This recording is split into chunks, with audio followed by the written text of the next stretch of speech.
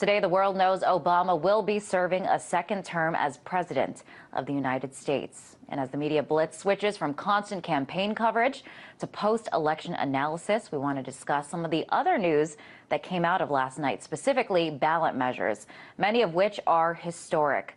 Last night was a triumph for those that believe marijuana should be legal. Medical marijuana use passed in Massachusetts.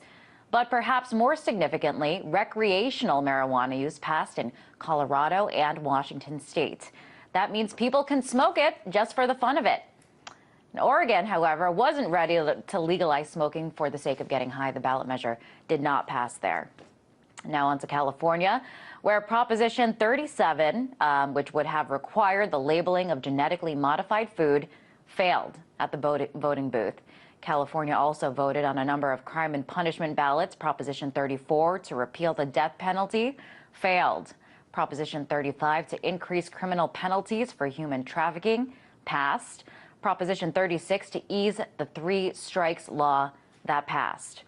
For more on these groundbreaking ballot measures and their potential impact, RT White House correspondent Christine Frizzell and Abby Martin, the host of Breaking the Set, are here to weigh in. Welcome, ladies. Nice to see you here. Good to be with you. So we have a lot to talk about. I guess first off, we'll talk about marijuana. It's legal in 2 states now.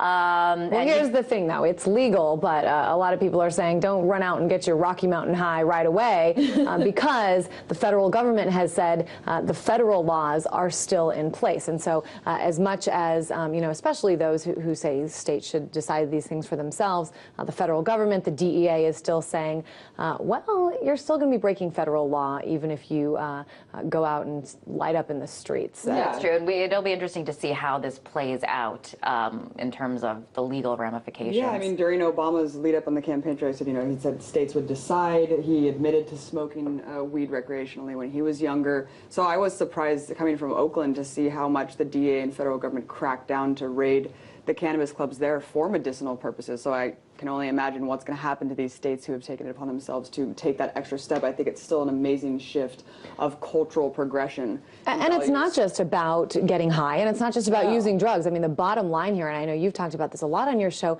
is how much money it costs to incarcerate people who are, arrested for, smoking weed, selling small amounts of marijuana. It just costs the state so much money. And so voters, a lot of people, have never tried any drugs, and they voted to legalize it because they say, hey, get these people out of our prisons. We don't want to pay their rent. We don't want to pay their meals. So it's a bigger issue. And we talk a lot about the war on drugs, the prison industrial complex, and this is all playing into that. So, I mean, do you think, Abby, that this could be a turning point in reforming the system?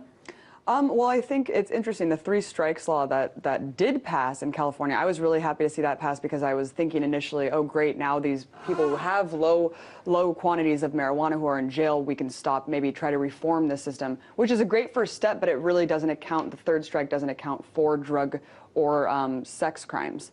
So that's kind of like a gray area there where it only applies where it still applies to these people. So in terms of reforming the system as a whole, I still think, as Christine mentioned, the federal government's still going to have a big problem with this. We know the lobbying from the prison industrial complex isn't going to stop anytime soon.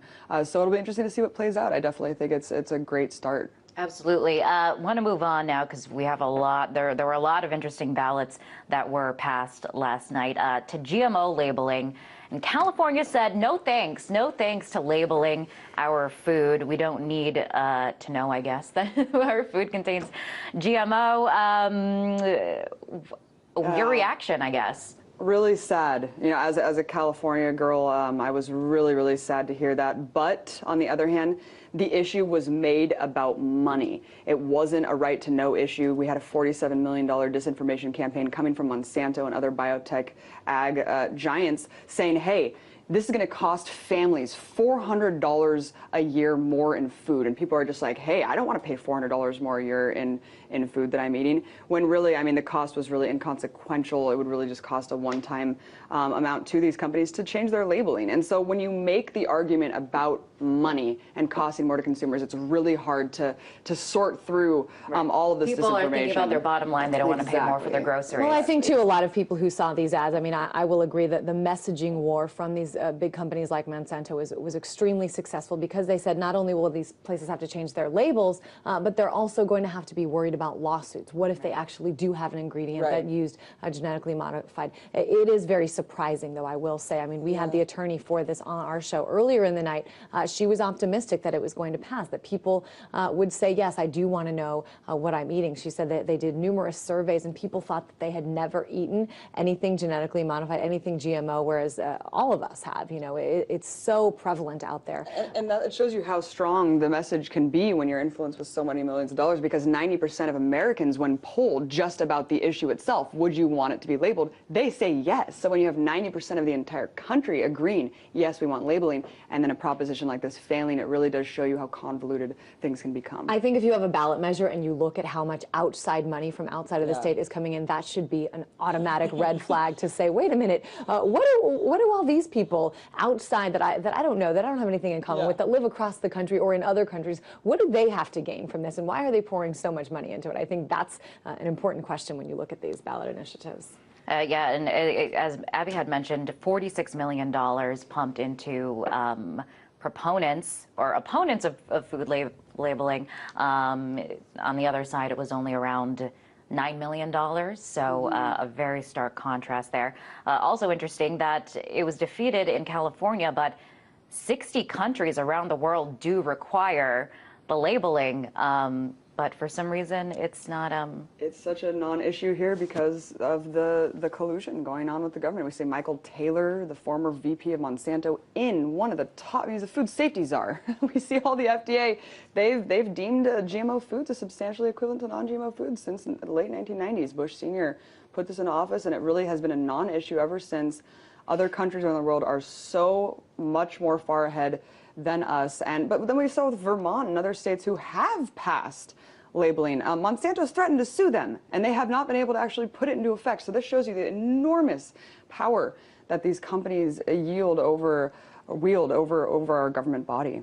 All right, I want to move on now to another ballot that was passed, basically a huge victory for proponents of gay marriage. Marriage equality wins in the state. If we can bring them up there. The states of Maine, Maryland, and Washington. They all said, "I do" to marriage equality. The ban on same-sex marriage, it failed in Minnesota, which is also a victory, not as straightforward, I guess, but as we can see, a huge night for proponents of gay marriage. What do you think, Chrissy? I think this is huge. I was in California 4 years ago when Proposition 8 was up. A lot of people were confused by it. They didn't understand it. Voters in California overwhelmingly voted in the first black president. They also voted in favor of banning gay marriage. But gay marriage at that point had already been legalized by the courts. I think it's huge that voters are now approving this. I think it's huge that voters have turned down, because let's remember, gay marriage is banned, or marriage rather, defined as only between a man and a woman, I think in 30 plus states now. But I am optimistic. I think that this is, we're seeing a huge shift. I think in 2016, sorry to already be talking about that, the day after election, but I really think in the years moving ahead, even conservative people, even especially moderately conservative people, are going to say, you know what? This is a non-issue. Right. Everyone knows someone, is related to someone who's gay. Let's leave gay marriage alone. It really doesn't affect us. It really doesn't affect my children if their friends have two mommies or two daddies. I think this is a huge turning point, but I think that you're going to be surprised how quickly it becomes a non-issue. Yeah, we've seen with polls that young, I think it's like between the ages of 18 and 30, it's so inconsequential to people who've been polled, and they're like, we don't care about this issue. Conservatives and liberals alike, I mean, they see it as completely something that we should not even be discussing. They just all kind of agree that, you know, gay marriage should be a human right. It should be the biggest thing that happened, I think, with that being on the ballot is that the NAACP took a position on this. So you have, the foremost organization on civil rights in this country come out and not only take a position, but take it in favor of gay marriage and say this is a civil rights issue too, really turning the, tide of, what a lot of, African Americans have traditionally been taught in their churches. And so I think that was really significant I don't understand why why civil libertarians can't see gay rights as the new civil rights of our generation. Women's suffrage, civil rights movement, and now gay rights. So it's really just this giant roadblock in our history that we can't seem to overturn. But I think we are slowly. And in California, when Prop 8 was upheld, I think a lot of people were confused by the language. I remember, it was very purposeful how confusing the measure was, and a lot of people that I know thought that they were actually trying to protect the rights of gay people to get married, and actually they were voting the opposite. All right, a lot of really historical and groundbreaking ballots that were voted on last night, and appreciate you both for coming in to talk about that. That was RT White House correspondent Christine Frizzell and Abby Martin, host of Breaking the Set. Thanks, Liz.